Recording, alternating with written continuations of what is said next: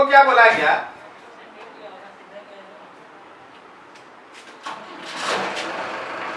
Na2SO4 को जब आप BaCl2 के साथ मिलाएंगे ना तो ये बनाएगा BaSO4 और साथ में NaCl। रिएक्शन को अगर आप बैलेंस करेंगे तो बस यहाँ पे 2 लग जाएगा। ये रिएक्शन ये दिखाता है कि 1 moles of Na2SO4 gives 1 moles of barium sulfate। ये प्रेसिपिटेट है, रिमेंबर दिस। इसका मतलब ये है कि जितना मोल BaSO4 का बनेगा उतना ही मोल Na2SO4 मौजूद है। क्या सही है? अकॉर्डिंग टू क्वेश्चन जाओ तो 1.74 gram of BaSO4 is obtained। अगर इतना है तो number of moles of BaSO4 जो obtained है वो कितना है, 1.74 डिवाइडेड बाय, जैसे आप मोलर मास बोले 137, सल्फर का 32 और यहाँ पे 64, तो ये हो गया 1.74 divided by how much it is 233। तो इतना मोल्स BaSO4 है। Now number of moles of pure Na2SO4 उतना ही होगा जितना भी नंबर ऑफ मोल्स हम लोगों का BaSO4 का आया है। तो जो नंबर ऑफ मोल्स हम लोगों का BaSO4 का आया है 1.74 डिवाइडेड बाय 233, याद रखिएगा कि जो नंबर ऑफ मोल्स है वो भी प्योर Na2SO4 का वो सेम है। सो प्योर मास Na2SO4 का कितना है? सो मास ऑफ Na2SO4 प्योर क्या 233 गलत और 233 गलत है।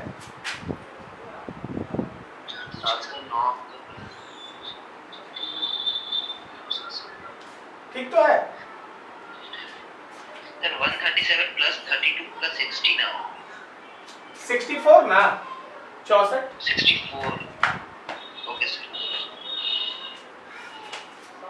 तो यहाँ पे इसका नंबर ऑफ मोल्स है 1.74 डिवाइडेड बाय 233 और Na2SO4 का molar mass 23 into 2 plus 32 plus 64, so it is 1.73। चलिए जी थोड़ा कैलकुलेटर फटाफट यूज करके हमको बता दीजिए।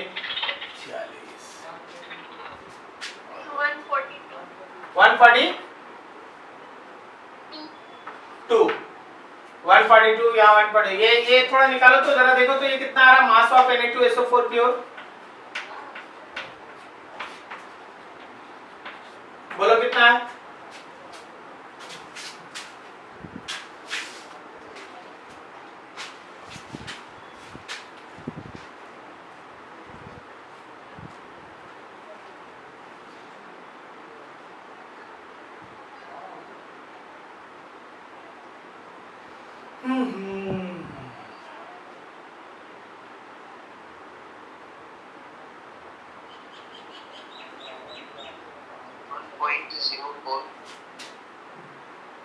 .05 1.0543 इतना ग्राम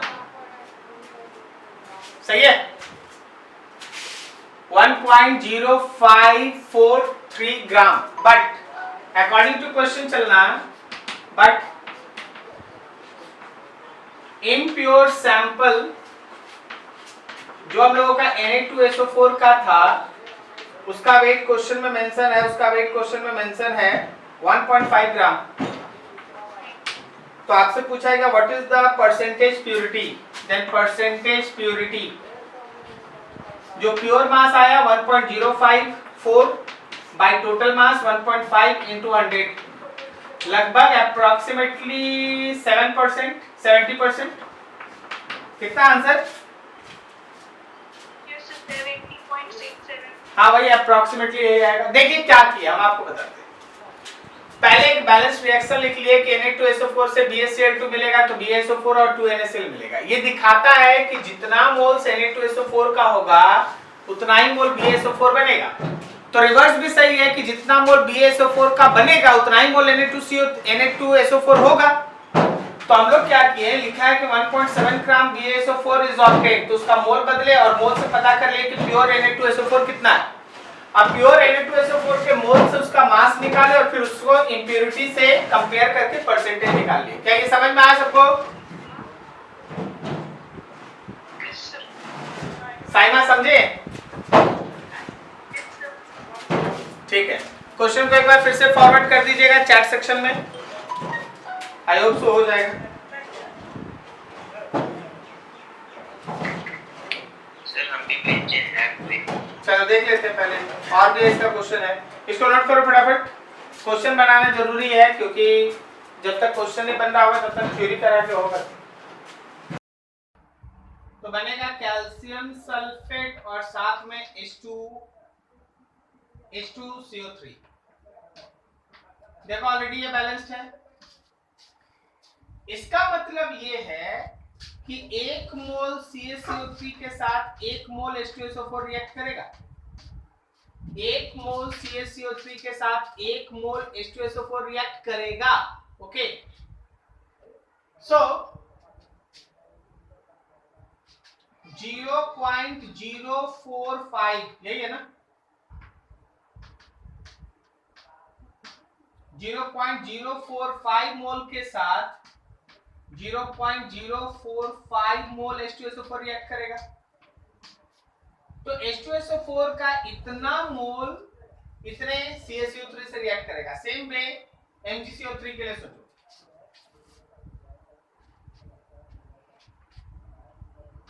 MgCO3 प्लस H2SO4,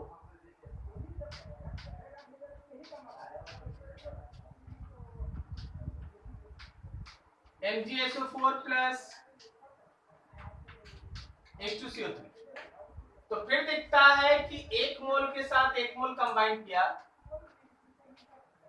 इसका मतलब ये है कि 1/21 मोल के साथ 1/21 मोल को कंबाइन किया। अब सोचो कि टोटल H2SO4 का रिक्वायरमेंट कितना है। इतना मोल इसके साथ कंबाइन कर रहा है, इतना मोल इसके साथ। Total number of moles of H2SO4 required, क्या ये N रिक्वायर्ड 0.045 प्लस 1/21,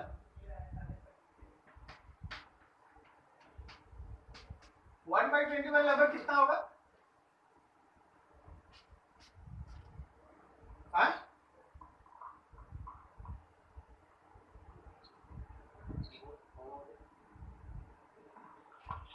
0.047। अच्छा, इन दोनों को अगर हम लोग ऐड कर दें, 0.045 को अगर हम लोग उसमें ऐड कर दें, then it will be equals to 0.0926 इतना मोल्स। अच्छा, अगर इतना मोल्स है तो कितना मास है, कितना मास है H2SO4 का? मास ऑफ H2SO4 रिक्वायर्ड, तो 0.0926 इनटू इसका मोलर मास 98, तो हो गया है इट इज 4.457 इतना ग्राम H2SO4 का चाहिए। 4.457 ग्राम H2SO4 का चाहिए। अब आपके पास 30% स्ट्रेंथ है सॉल्यूशन का, 30% स्ट्रेंथ है सॉल्यूशन का। फॉर 30% सॉल्यूशन ऑब्वियसली W/W ये दिखाता है कि 30 ग्राम वेट है सॉल्यूट का, इन 100 ग्राम ऑफ सॉल्यूशन। तो याद रखना कि सॉल्यूशन के 100 ग्राम में 30 ग्राम H2SO4 है, तो 4.457 ग्राम H2SO4 के लिए सॉल्यूशन का कितना लेना पड़ेगा। एकदम सिंपल, आप परसेंटेज वाला फॉर्मूला पढ़े ना, देखिए कितना इजी है। परसेंटेज का फॉर्मूला होता है weight of solute, weight of solution into 100। तो यहाँ पे परसेंटेज में 30 पुट करो, वेट ऑफ सॉल्यूट कितना चाहिए 4.457, वेट ऑफ सॉल्यूशन निकालना है इनटू 100। तो जब हम यहाँ से सॉल्व किए तो weight of solution is 4.457 into 100 divided by 30। तो 4.457 इनटू 100 डिवाइडेड बाय 30, 14.8587, 14.8587 ग्राम इतना सॉल्यूशन का चाहिए। समझे जी? क्या ये कॉन्सेप्ट समझ में आ रहा हो रहा है? हाँ हाँ हाँ, हम कर देते हैं, लंबा चौड़ा क्वेश्चन है, देखो होता है। पहले तो ये समझो कि डोलोमाइट एक पर्टिकुलर नाम दे दिया गया है जिसमें 45% CaCO3, 40% MgCO3 और रेस्ट जो है वो क्ले है। क्ले मतलब सैंडमाइट हो गया, वो रिएक्शन में हिस्सा नहीं लेता। अब क्या हुआ कि इस डोलोमाइट का 10 ग्राम का सैंपल लिया गया, ठीक है, इसका 10 ग्राम का एक सैंपल लिया गया और उस 10 ग्राम के सैंपल में 30% स्ट्रेंथ वाला H2SO4 डाला गया, 30% स्ट्रेंथ वाला H2SO4 डाला गया और वो जो H2SO4 था वो उसके अंदर मौजूद MgCO3 और CaCO3 के साथ कंप्लीटली रिएक्ट करना चाहिए। तो बोला गया ठीक है भाई, 30% स्ट्रेंथ का जो आप H2SO4 डाल रहे हो उसका कितना मास डालेंगे, किसका H2SO4 सॉल्यूशन का कितना मास आप डालेंगे कि रिएक्शन कंप्लीट हो जाए। पहले तो आप क्वेश्चन समझो, क्या यहां तक क्लियर हुआ?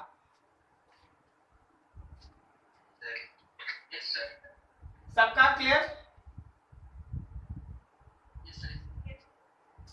अब हमारा काम क्या था कि ठीक है 10 ग्राम सैंपल है, 45% CaCO3 होता है, तो आखिर CaCO3 का मास कितना है, तो 4.5 ग्राम। तो आखिर उसका नंबर ऑफ मोल्स कितना है, तो 0.045। यहाँ कोई दिक्कत नहीं, जहां दिक्कत होगा वहां रोक दीजिएगा, हाँ, नहीं तो फिर बता देंगे, जहां दिक्कत होगा वहीं पूछ लीजिए। अब 40% MgCO3 था तो पूरा सैंपल का मास 10 ग्राम था, तो MgCO3 का मास आ गया 4 ग्राम। MgCO3 का नंबर ऑफ मोल्स हो गया 1/21। सही है। अब आप देखिएगा कि रिएक्शन में H2SO4 किस हिसाब से हिस्सा लेता है। तो H2SO4 जब CaCO3 के साथ मिलता है तो 1 मोल के साथ 1 मोल, तो अगर आपका CaCO3 का नंबर ऑफ मोल 0.045 है तो कंप्लीट रिएक्शन के लिए H2SO4 भी तो इतना ही चाहिए ना।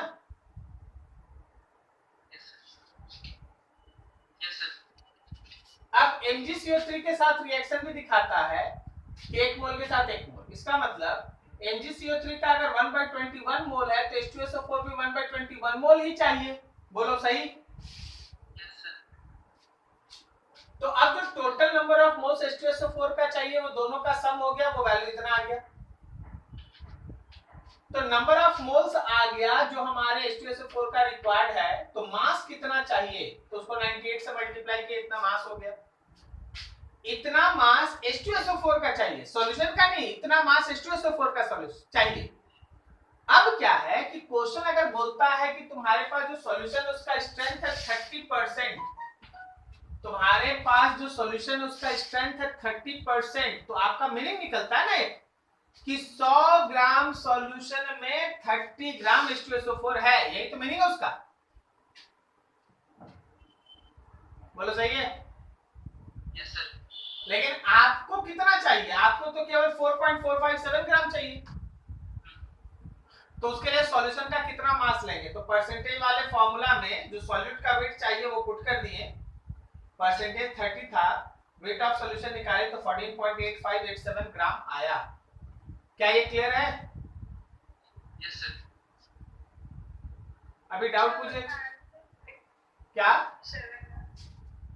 Answer 30.27 30 Yes, sir.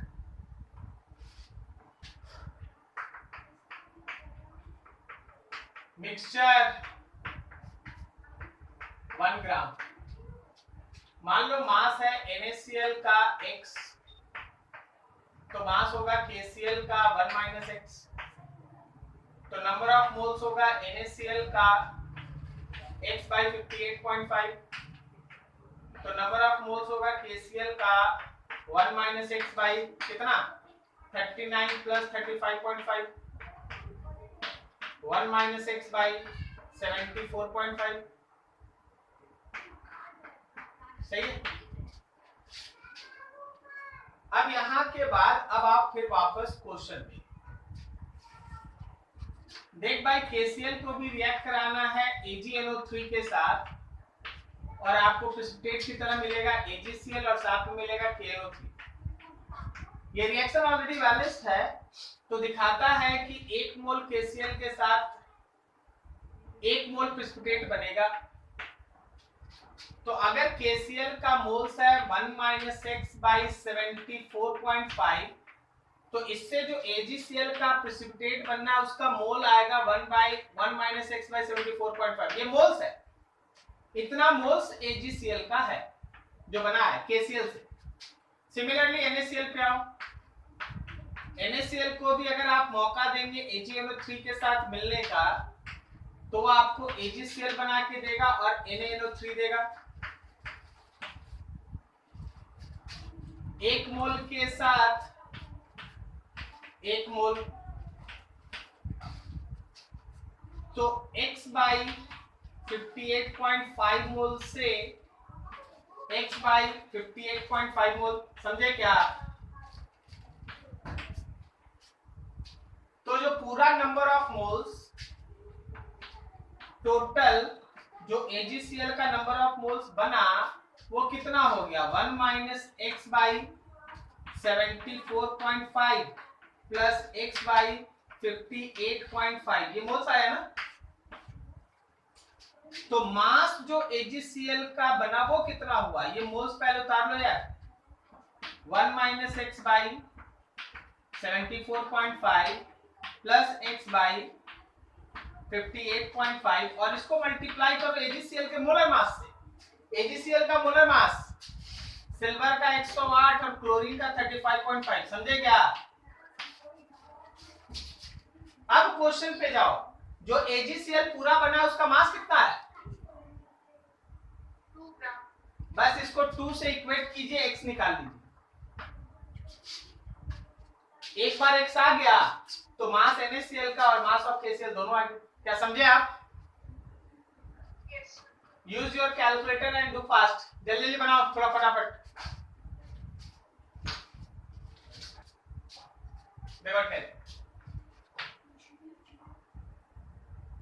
Potassium iodide obviously Ki, इसको अगर हम लोग Cl2 के साथ रिएक्ट कराएंगे तो KCl बन जाएगा और साथ में आयोडीन गैस रिलीज होगा। मतलब यहाँ आप 2 लगाएंगे तो यहाँ 2 लग जाएगा। ये है हम लोगों का सिंपल सा रिएक्शन, बहुत सिंपल। तो ये दिखाता है कि 2 मोल अगर हम लोग Ki लेते हैं तो उसके साथ 1 मोल क्लोरीन रिएक्ट करता है और तब जाके 1 मोल आयोडीन बनता है।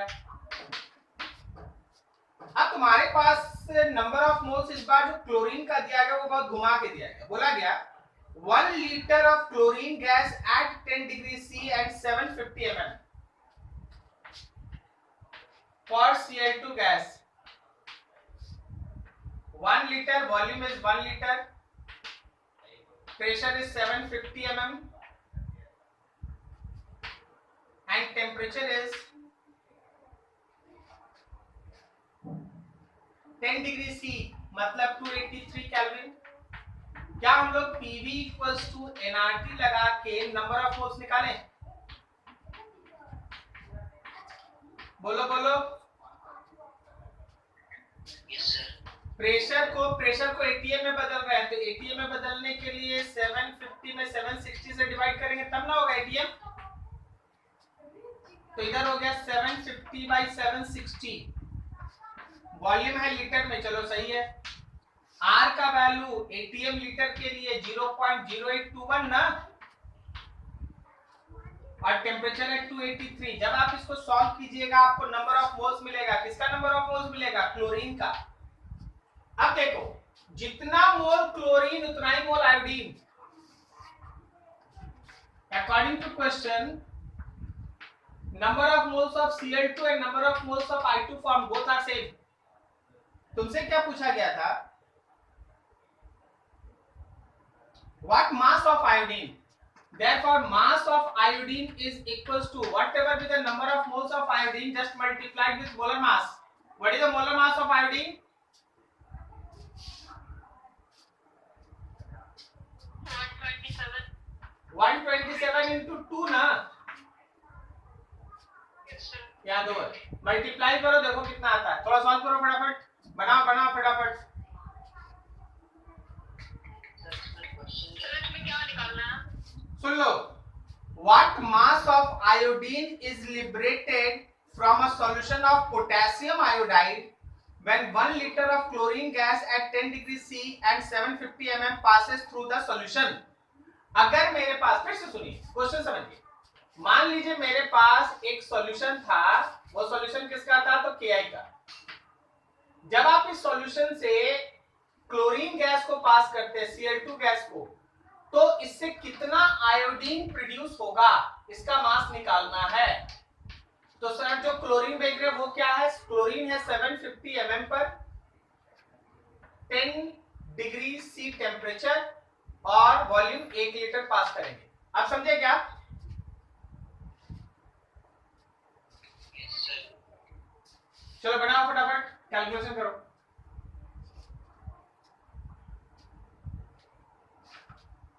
सर ये क्वेश्चन कैसे मिलेगा?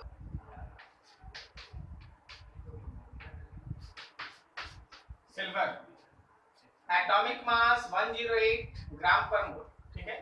इसका मोलर मास मतलब दिया हुआ है।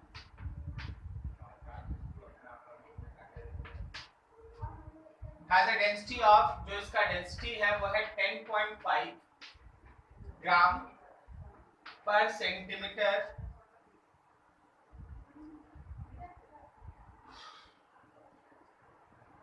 अब यहाँ पे लिखा हुआ -1, ये -1 कैसे होगा? -3 अपने से लगा देते। The number of silver atoms on the surface of area, कोई एक सरफेस एरिया है, area of the surface is given 10 to the power -12 metre square, can be expressed as, ये जो नंबर आएगा हमारे सिल्वर एटम का can be expressed as y into 10 to the power x, y into 10 to the power x। अब आपको ये number में y और x का वैल्यू किसी तरह से है ना फाइंड आउट करके, ये सॉल्व करके हमको बताना है। अभी जरा गौर करो, अगर डेंसिटी और मोलर मास दिया है, अगर डेंसिटी और मोलर मास दिया है तो क्या हम लोग इसका वॉल्यूम निकाल सकते हैं? Volume of silver atom, volume of silver atom या silver, volume of 1 mole of silver. तो भाई मास लेंगे, उसमें डेंसिटी से डिवाइड कर देंगे। तो मास है हम लोगों का 108 ग्राम और नीचे है हम लोगों के पास 10.5 ग्राम पर सेंटीमीटर क्यूब। तो तुमको यहां से 1 मोल का वॉल्यूम मिला 108 बाई 10.5 सेंटीमीटर क्यूब। देखो भाई ये 1 मोल का वॉल्यूम है। अगर एक एटम का वॉल्यूम निकालना होगा, एक एटम, तो एक एटम का वॉल्यूम निकालने के लिए इसमें आप डिवाइड कर दीजिए एवोगाड्रोस नंबर से।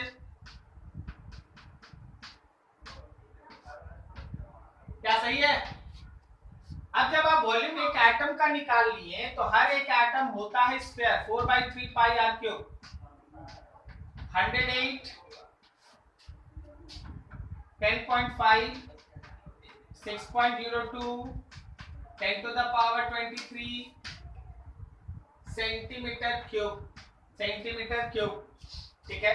अब देखो यहाँ पे आर क्यूब का वैल्यू क्या हम लोग यहाँ पे 3/4 पाई 108 10.5 6.02 10 to the power 23 centimetre cube लगा के यहां से आर निकाल लेंगे। सही है। नाउ इमेजिन कोई भी पर्टिकुलर सरफेस जब आप लेते हैं और उस पे आप एटम्स को सजा सजा के ऐसे अगर रखेंगे तो बोलो एक एटम इस एरिया के तौर पे यहां कितना एरिया ऑक्यूपाई करेगा। एटम मतलब sphere, but you have to answer कि वो एरिया कितना ऑक्यूपाई करेगा।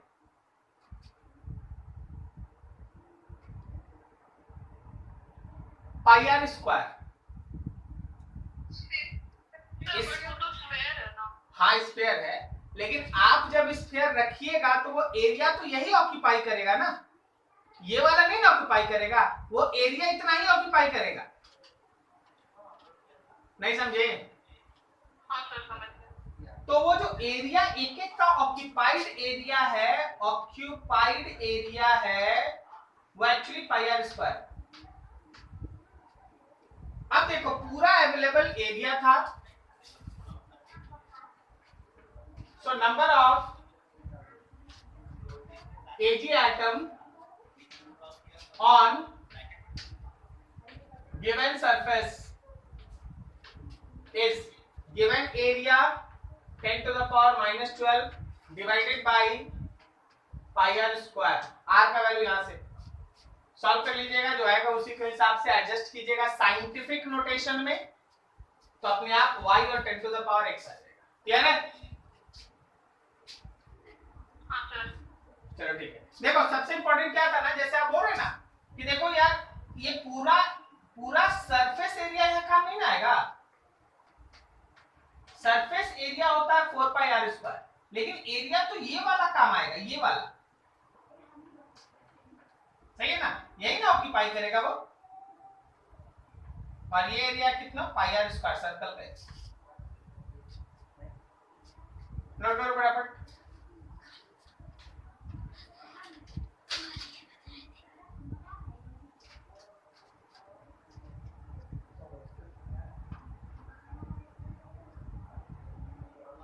CO है और CO2 1 मोल ऑफ मिक्सचर। हाँ इस पूरे का मोलर कंटेंट बोला 1 मोल, तो अगर हम इसको बोलेंगे x मोल तो ये होगा 1 माइनस एक्स मोल, और वाइस वर्सा आप लिख सकते हैं। ठीक है। अब क्या हुआ, बोला गया exactly 20 gram of NaOH in solution. देखो NaOH का रोल बहुत अच्छा है। NaOH CO के साथ कंबाइन नहीं करता, NaOH एक्चुअली CO2 के साथ कंबाइन करता है, तब बनाता है Na2CO3। अगर आप इसको बैलेंस कीजिएगा तो यहाँ 2 लग जाएगा, Na2CO3 बनेगा और साथ में H2O बन जाएगा। तो 2 मोल लिख देते हैं यहाँ बढ़िया से, CO2 के साथ मिलता है और बनता है Na2CO3 और साथ में H2O। तो 2 moles NaOH 1 mole of CO2 के साथ कंबाइन करता है। तो पहला आप सुनना बहुत ध्यान से, requires exactly 20 gram of NaOH solution for complete conversion of all the CO2 into Na2CO3। कितना ग्राम चाहिए, तो अकॉर्डिंग टू क्वेश्चन अगर आप बढ़िया से पढ़ते हैं तो खुद बताता है क्वेश्चन कि mass of NaOH required is 20 ग्राम। अब देखो यहां से 1 मोल के साथ 2 मोल कंबाइन किया तो 1 माइनस एक्स मोल के साथ 2 times of 1 minus x mole combine करेगा। तो इसको अगर हम मास में बदलेंगे तो इतना इनटू मोलर मास 40 होगा NaOH का। बोलो बोलो। हाँ सर। तो अब देखो यहाँ मास में कितना आ गया, 2 times of 1 minus x multiplied with 40 and that will be equals to 20 gram. तो इसे कटा by 2 times 1 minus x is equals to 1/4, so x is equals to 3/4। x कितना है 3/4, मतलब CO2 का जो मोल है, CO2 का जो मोल है वो 3/4 मोल है, 0.75 है। आ गया। CO2 कितना है, तो according to so number of moles of CO2 कितना है, तो 0.75 मोल है। तो number of moles of CO कितना है, 0.25 मोल है। ठीक है, अब क्वेश्चन का अगला आंसर सुनो। How much NaOH would it required for conversion into NO2CO3 if the mixture is completely oxidized? अब completely oxidized का मतलब क्या है कि जो इसके अंदर CO था वो भी CO2 में बदल गया। जो CO था अगर वो भी CO2 में बदल गया तो अब CO2 का मोल्स कितना है, बोलो जी। Second case, when mixture is completely oxidized, CO changes to CO2, therefore number of moles of CO2 क्या आप केवल एक मोल ले, टोटल एक मोल। हाँ सर। आ जाओ यहाँ पर दिखाता है कि एक मोल के साथ 2 मोल कंबाइन करता है। Since 1 mole of CO2 combines with 2 moles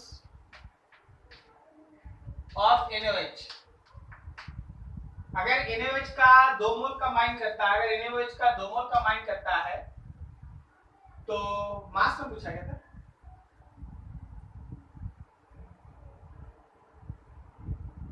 how much, so mass of NaOH required, क्या डायरेक्टली लिखते हैं 2 into 40 that is 80 ग्राम। क्या आपको ये क्वेश्चन समझ में आया? अब तुम देखो कितना अच्छा क्वेश्चन सेट किया गया मेरे उसी लाइन के ऊपर। 4 gram copper, 5 gram copper oxide, इस 5 ग्राम कॉपर ऑक्साइड में 4 ग्राम कॉपर का तो 1 ग्राम ऑक्सीजन का, सही है। Yes sir. तो 8 ग्राम ऑक्सीजन से कितना कंबाइन करेगा, 32 करेगा। Yes sir. तो that amount of any substance which can directly combine with 8 gram of oxygen is called equivalent mass.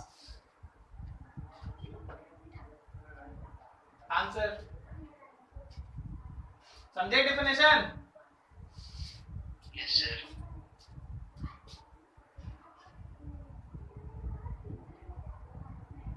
बोला है x का एटॉमिक मास है 50 और y का एटॉमिक मास है 16। 32% y, 32% y। अब देखना, मान ले फॉर्मूला है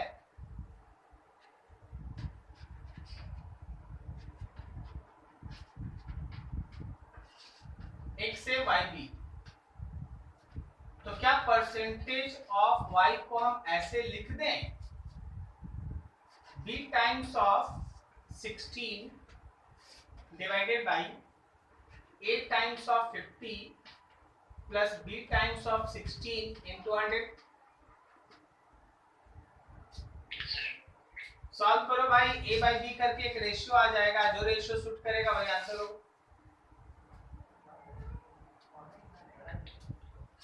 समझे?